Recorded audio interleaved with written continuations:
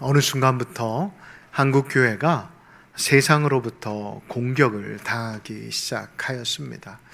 그 공격이 이제는 도를 넘어서 교회와 또한 성도들을 향해 많은 유튜버들과 또한 OTT를 통해 믿음 생활을 열심히 하고 있는 성도들까지도 손가락질을 하고 있는 모습이 지금 이 시대의 모습이 아닌가 생각이 되어집니다.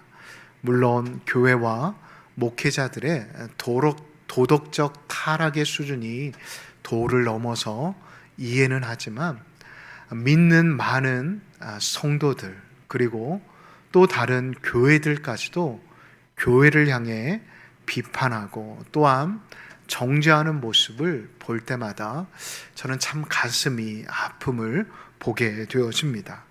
물론 교회 개혁이 필요합니다. 그래서 개신교를 개혁교회다라고 말하기도 합니다. 그러나 너무나도 많은 일반인들이 교회의 형태와 또한 행태를 잘 모르는 상황 가운데 자신들이 알고 있는 지식, 가치관을 가지고 교회를 향해 자신들의 잣대로 교회를 비판하는 모습들을 볼 때마다 너무나도 가슴이 아픔을 봅니다.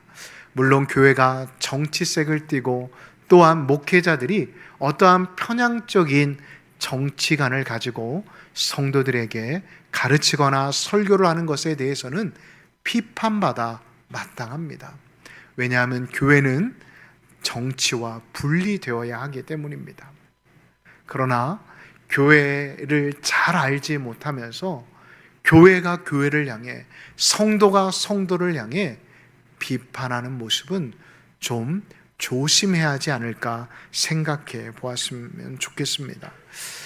오늘 우리가 살펴볼 느헤미야서 3장의 말씀은 공동체가 어려움 가운데 처해 있을 때 또한 공동체가 어떠한 리더의 비전과 뜻에 맞게 함께 움직이지 않는다 할지라도 이 리더 느헤미야가 어떻게 그 상황을 대처하고 또한 그 상황 가운데 어떻게 공동체를 이끌어 갔는지 공동체를 다시 세워 갔는지에 대해 함께 살펴보므로 우리 광남교회가 또한 우리 한국교회가 다시 한번 하나님 앞에서 어떻게 서야 할지에 대해 함께 살펴보며 은혜를 나누어 보도록 하겠습니다.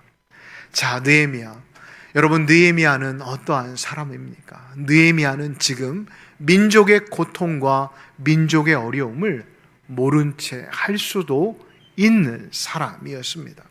다시 말해 민족의 현실 앞에서 그는 모르쇠로 일관해도 되는 사람이었습니다. 그리고 고국에 돌아온 현실 앞에서도 너무나도 현실에 안주해 가며 살아가는 자신의 조국 백성들을 보며 그는 비판도 또한 원망도 하지 않았습니다. 오히려 그는 그러한 현실 앞에서 금식하였고 또한 이 어려움과 문제들을 어떻게 돌파해 나가야 할지에 대해 그는 하나님 앞에 물었음을 1장과 2장의 말씀을 통해 우리는 살펴볼 수가 있습니다. 그리고 그는 자신의 죄뿐만 아니라 민족의 죄를 품고 기도하기 시작하였습니다. 저도 다시 한번 말씀을 탈구하면서 토요일 저녁 책상에서 저의 모습을 회개하였습니다.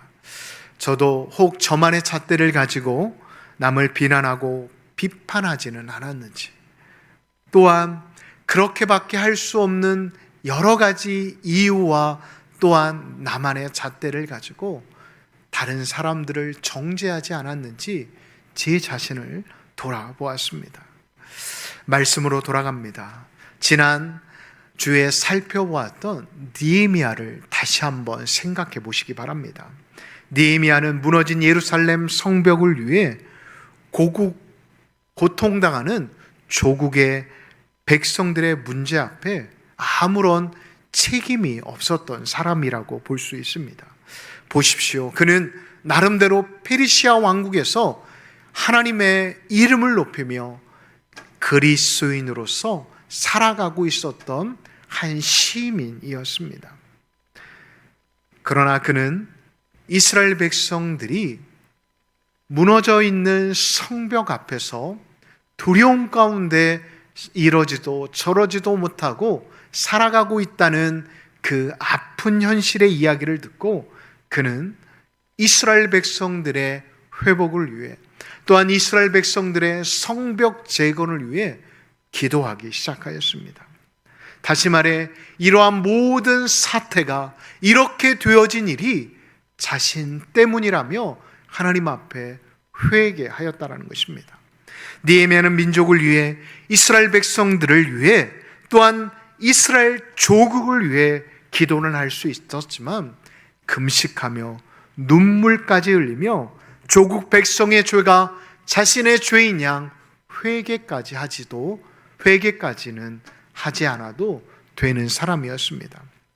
그러나 그의 눈물과 기도는 이스라엘 백성들이 다시금 일어설 수 있는 소망의 눈물과 기도가 되었다라는 것을 우리는 잊지 말아야 합니다. 사랑하는 성도 여러분, 부족한 저의 역량일 수도 있지만 우리의 기도의 자리가 갈수록 비워져 가고 있음을 보게 되어집니다. 수요 기도회, 금요 성령 집회, 월삭 새벽 기도의 빈자리가 너무나도 많아 보임을 보게 되어집니다. 사랑하는 성도 여러분, 어떠한 한 사람의 문제 또한 어떠한 선교회나 또한 목장의 문제가 아닙니다. 우리 모두가 함께 있어야 할 자리에 있지 않기에 우리는 갈수록 공동체가 약해져 간다는 것을 깨달아야 합니다. 사랑하는 성도 여러분, 이 시간을 통해 제가 성도님들께 권면드립니다. 우리가 함께 울어보시지 않으시겠습니까? 나의 가족을 위해 또한 우리 교회의 성도들을 위해 이 나라를 위해 또한 열방을 위해 함께 울어보시지 않으시겠습니까? 절망의 눈물이 아닌 지난 과거의 후회의 눈물이 아닌 기대의 눈물, 소망의 눈물을 흘리며 함께 이 자리가 다시 한번 기도의 운동으로 또한 말씀의 새 물결이 일어나도록 우리 함께 일어서 보시지 않으시겠습니까? 자, 그렇다면 오늘 본문에 기록되어 있는 느헤미야는 어떠한 행동을 통해 민족 재건, 민족의 부흥을 이끌어가게 되어지는 것일까요? 자, 오늘의 본문의 제목을 다 같이 한번 읽어볼까요? 시작. 자, 주보를 한번 다 같이 펴볼까요? 자, 시작. 그렇습니다. 오늘 본문의 제목은 움직이는 공동체입니다. 우리 교회학교 친구들이 다 같이 한번 움직이는 공동체를 다 같이 한번 읽어볼까요? 시작. 권사님들 목소리밖에 안 들리는데요. 자, 목사님을 째려보지는 마시고요. 자, 다 같이 화면을 보고 움직이는 공동체 다 같이 한번 읽어보겠습니다. 그렇습니다. 움직이는 공동체입니다. 저는 무엇보다도 느헤미야를 통해 이 느헤미야가 어떻게 움직임으로 인해 이스라엘 민족이 움직이는지에 대해 살펴보도록 하겠습니다. 여러분, 혹시 우분투라는 단어에 대해 알고 계십니까? 이 단어는 남아프리카 졸루족의 인사말인데 그 뜻의 의미는 내가 있기에 내가 있다라는 의미입니다. 남아프리카는 아파르트헤이트라는 민족 차별이 심했다라고 합니다. 얼마나 지독한 인종차별 정책으로 사람들이 많이 다치고 죽었냐 하면 1994년 전까지만 해도 길 가는 흑인이 있으면 백인들이 돌을 던져도 또한 이렇게 살인을 해도 백인들은 어떠한 처벌도 받지 않았다라고 합니다.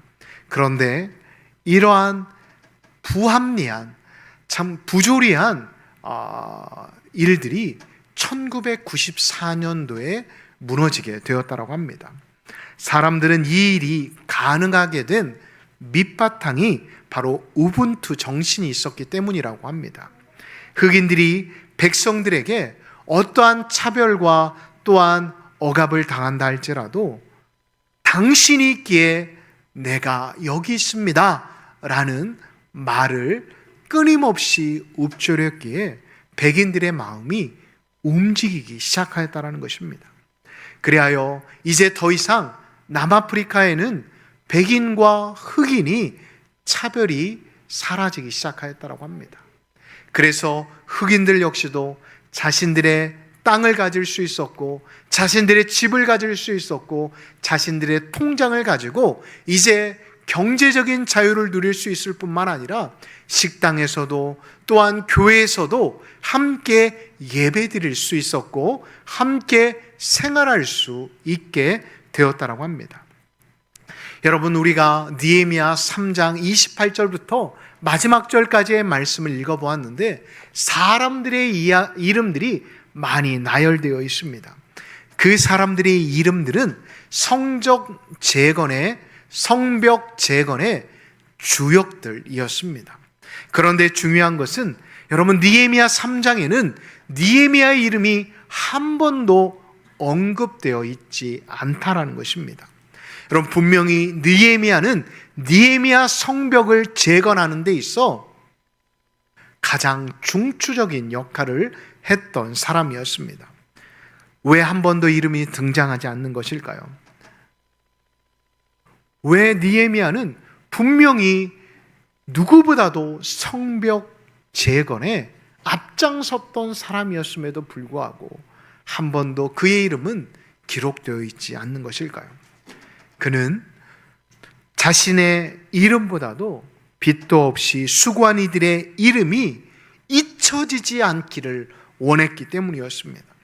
그래서 이 느헤미야 3장에는 그들의 이름을 하나하나 적어가며 그들을 축복하였고, 후대의 사람들이, 후대의 이스라엘 백성들이 이 성벽 재건에 힘썼던 이름들을 기억하기를 원하였기 때문이었습니다. 다시 말해 우리가 해낸 이 성벽 쌓는 일에 있어서 당신이 있었기에 되었다라는 것이 느헤미야의 정신이었던 것입니다. 사랑하는 성도 여러분, 우리 광남교회가 이렇게 아름다운 성전, 또한 여러분 옆에 있는 성도님들이 있는 이유는 다른 이유가 아닙니다. 바로 누군가의 기도, 누군가의 헌신, 누군가의 눈물이 있었기에 우리가 이렇게 아름다운 성전에서 아름다운 사람들과 함께 아름다운 만남을 가지고 함께 예배자로 설 수 있다는 것을 잊지 마시기 바랍니다. 교회 사역을 보면 참 많이 듣는 말이 있습니다. 헌신이라는 단어입니다. 그 단어를 들을 때면 저 역시도 참 많이 부담이 되어집니다. 그런데 이 헌신은 누가 해야 할까요? 이 앞에 있는 제가 해야 할까요? 그렇습니다. 바로 저요라고 했던 사람이 해야 하는 것입니다. 우리 모두가 그 헌신이라는 단어 앞에 우리는 내 말보다도 행동이 앞서야 함을 잊지 마시기 바랍니다. 왜냐하면 우리는 하나님으로부터 세워짐을 받은 만인 대제사장들이기 때문입니다. 이렇게 우리가 누가 말하기도 전에 교회에 오면 먼저 교회 주변의 쓰레기를 줍는 집사님, 또한 누구보다도 앞서 교회에 와서 이 무더운 더위에도 주차 봉사를 통해 교회 성도님들이 교회에 들어올 때 당근 웃을 수 있도록 준비하시는 분들, 또한 교회 성전문에 들어올 때 안내위원의 밝은 모습에 우리 성도님들이 좀 더 교회의 친근함을 가질 수 있도록, 또한 이 무더위에 아침 8시부터 식사 준비를 하는 많은 헌신된 이들이 있기에 하나님의 교회가 든든히 서갈 수 있다는 것을 잊지 않았으면 좋겠습니다. 저는 이번 몽골 단기 선교팀을 보면서 참 감동이 되었습니다. 우리가 영상으로는 다 표현되어 있지 않지만 솔직히 저는 한국에서 비행기를 타고 몽골로 가기 전까지만 해도 속은 타들어가고 있었습니다. 왜냐하면 이 면면들을 보면 선교를 한 번도 가보지 않은 분들이 다였기 때문이었습니다. 일본 단기 선교를 다녀온 몇 명의 청년들이 있었지만 그건 단기 선교가 아니라 아울리치 개념이었거든요. 그래서 저는 비행기를 타기 전까지만 해도 몇 분의 성도님들에게 아무래도 저는 이번 단기 선교는 아울리치 개념으로 생각해야겠습니다 라는 말을 나누었던 기억이 납니다. 왜냐하면 너무나도 나이차도 많이 났죠. 그리고 준비된 것들이 그리 많지 않았기 때문이었습니다. 그런데 놀라운 것은 하루가 지나고 이틀이 지나고 3일이 지나면서 하나님께서 왜 이 선교팀 한 사람 한 사람을 부르셨는지를 깨닫게 되었습니다. 이 감정은 저만 느낀 감정이 아닐 것입니다. 선교팀을 함께했던 모든 성도님들이, 모든 우리 교회학교 친구들이 느꼈던 감정들이었을 것입니다. 왜냐하면 하나같이 자기에게 맡겨진 사역을 배 이상, 아니 그 이상의 일들을 감당하였기 때문이었습니다.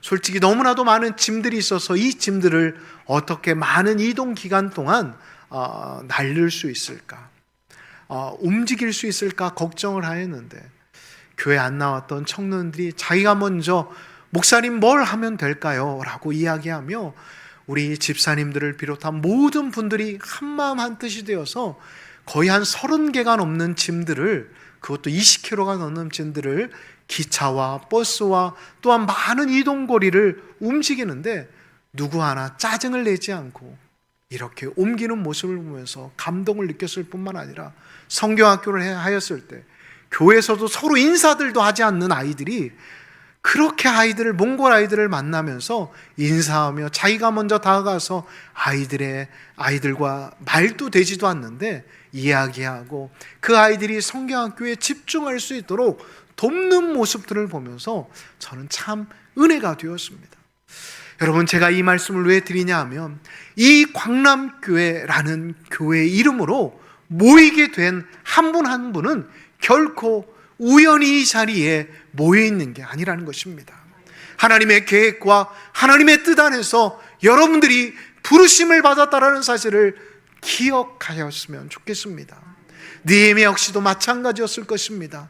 느헤미야 역시도 그렇게 많은 사람들이 성벽 재건에 동참할 수 있는 이유는 바로 하나님께서 1차와 3차에 걸쳐서 이 사람들을 보내신 이유가 바로 이 예루살렘 성이, 또한 이 이스라엘이 더 이상 황폐해져 있는 나라, 성이 아니라 하나님이 원하시는, 하나님이 기뻐하시는 시온산, 하나님이 기뻐하시는 나라가 되기를 위해 여러분들을 부르셨다는 것을 지금 각인시키고 있었던 것이었습니다. 여러분, 집에 가셔서 느헤미야 3장을 다시 한번 살펴보시기 바랍니다. 중심되어 반복적으로 등장하는 단어 두 단어가 있는데, 첫 번째로는 그 다음에 라는 단어입니다. 여러분, 느헤미야가 먼저 물질로, 또한 자기가 먼저 몸으로 희생하기 시작하자 그 다음에 역사가 일어나기 시작합니다. 대제사장 엘리야십과 제사장 무리가 예루살렘의 절반을 다스리는 르바야와 살룸이, 그리고 그 외의 각 지역을 관장하는 이들이 물질로, 또한 사람들을 대동하여 그 성벽들을 쌓아가기 시작하는 것입니다. 그렇게 한 사람 한 사람의 거룩한 헌신이 이어지기 시작하자 백성들이 일어나기 시작하였다는 것입니다. 여러분, 공동체, 그리고 그 사회가 깨어질 수밖에 없는 법칙이 있는데 바로 그것을 깨진 유리창의 법칙이라고 합니다. 한 사람이 길을 가다가 무심코 길에 떨어져 있는 돌을 어느 한 집의 유리창을 향해 던졌다고 합니다. 그런데 그 집주인이 대수롭게 생각하지 않고 깨진 것을 하루, 이틀, 일주일 방치하게 되었다고 합니다. 그런데 지나가는 사람들이 깨진 유리창을 보고 남아있는 다른 유리창을 깨기 시작한다고 합니다. 그런데 집주인이 그것을 계속 방치하게 되어지면 어느 순간부터 범법자들이 모이게 되는 공간으로 변화되어진다고 합니다. 그리고 그 한 집으로 인해 그 집에 속한 모든 블록들이 우범 지역으로 변화되어진다고 합니다. 여러분, 공동체도 마찬가지입니다. 나 하나쯤이야, 나도 힘든데, 나도 일주일 동안 너무나도 힘들게 일상생활을 하게 되었는데 라는 생각을 가지기 시작하는 순간 그 공동체는 깨진 유리창의 법칙이 통할 수밖에 없다고 합니다. 사랑하는 광남의 가족 여러분, 지금 여러분의 교회, 우리 광남교회는 어떠한 모습으로 서 있습니까? 그 다음의 법칙입니까? 아니면 깨진 유리창의 법칙이 적용되어지고 있습니까? 한번 곰곰이 생각해 보시기 바랍니다. 오늘 본문에 또한 우리가 주목해 보아야 할 단어는 중수하다라는 단어입니다. 중수하다라는 것은 헌 것을 손질하여 고치는 보수, 또한 회복이라는 의미를 가지고 있습니다. 이 성벽의 중수를 통해 느헤미야가 제일 먼저 시작한 일은 무엇일까요? 양문을 수축하는 것입니다. 그리하여 대제사장 엘리야십을 통해 양문을 건축하게 합니다. 양문은 말 그대로 제사에 사용되어지는 양들이 지나가는 문입니다. 왜 이 느헤미야는 양문을 먼저 제사장들을 통해 수축하라고 한 것일까요? 그 이유는 이스라엘이 가장 먼저 회복되어져야 할 것이 바로 외적에 대한 침입에 대한 걱정, 두려움이 아닌 영적인 피폐함, 영적인 감각이 사라져버린 것을 회복하는 것이 우선되어야 한다라고 생각했기 때문입니다. 그렇습니다. 예배의 회복 없이는 결단코 우리 일상의 회복이 될 수 없음을 느헤미야는 알았다는 것입니다. 이 자리에 계신 성도 여러분, 예수님께서는 요한복음 10장 7절을 통해 나는 양의 문이다 라고 말씀하셨습니다. 그리고 그 양문을 통해서만 구원을 얻을 수 있다 라고 말씀하여 주셨습니다.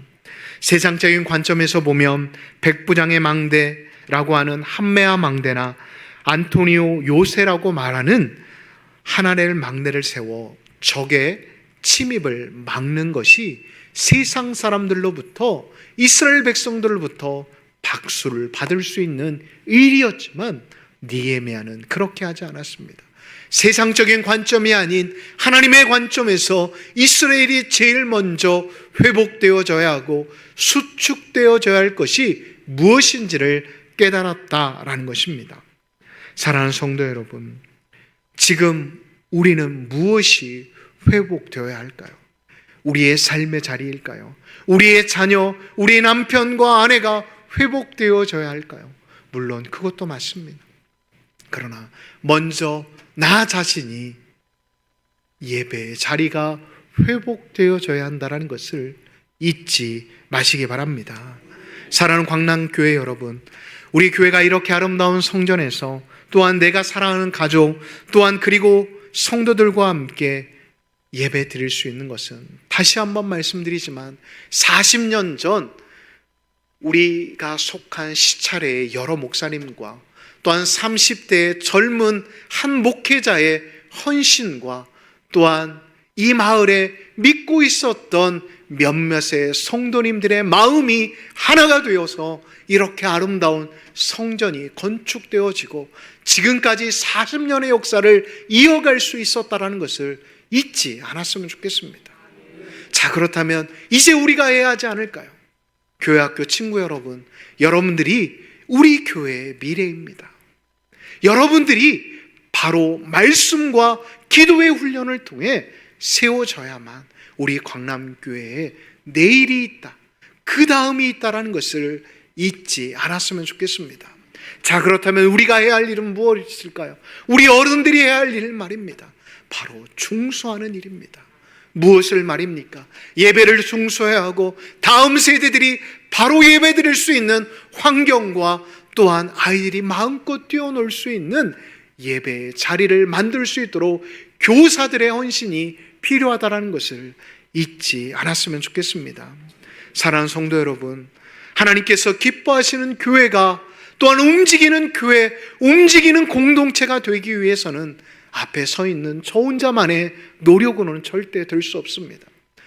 또한 장로님, 권사님, 집사님만의 힘으로 되지 않습니다. 이 자리에 계신 모든 분들, 또한 온라인으로 예배드리는 모든 분들의 마음과 열정과 기도와 헌신이 뒤따르게 되어질 때 하나님께서 우리 교회를 움직이는 공동체, 살아있는 공동체로, 부흥하는 공동체로 만들어 가실 줄 믿습니다. 어제까지 중고등부와 청년부의 사역이 마무리가 되었습니다. 들어보면 참 많은 사역들이 상반기에 주마등과 같이 스쳐 지나갔는데 그 모든 사역은 여러분 저 혼자 이룬 게 아닙니다. 우리 전도사님들, 특별히 우리 옥전사님과 김전사님과 이전사님의 협력, 또한 우리 한 분밖에 계시지 않는 우리 이장로님의 협력, 그리고 또한 많은 은퇴 장로님들의 후원과 또한 기도가 있었기에, 또한 우리 성도님들의 헌신과 기도가 있었기에 가능하게 되었습니다. 이제 하반기가 시작되어집니다. 이제 9월달이 시작되어지면 우리가 4인 4색의 말씀 자리를 다시 한번 만들려고 합니다. 이번에는 당회가 특별히 많은 예산을 들여서 여러분들이 정말 만나보지 못했던 말씀 강사와 또한 간증을 나누실 분들과 또한 찬양 사역자를 불러서 다시 한번 우리 교회가 기도의 회복과 또한 말씀의 회복과 또한 이 자리에 빈자리가 채워지는 해피데이로 만들어 가려고 합니다. 그래서 이번 40주년을 맞이하는 우리 교회가 이름만 40주년으로 끝나는 게 아니라 상반기와 하반기의 모든 사역을 통해 움직이는 교회로, 다시 한번 하나님이 기뻐하시는 교회로 만들어 가려고 준비하고자 합니다. 사랑하는 성도 여러분, 여러분들이 주역이 되어 주셔야 합니다. 여러분들이 우리 교회를 그 다음 해와 또한 중수하는 사역에 함께 동참하여 주심으로 인해 우리 교회가 더욱더 하나님 안에서 든든히 세워져 가는데 함께 동참해 주시기를 예수님의 이름으로 축복합니다.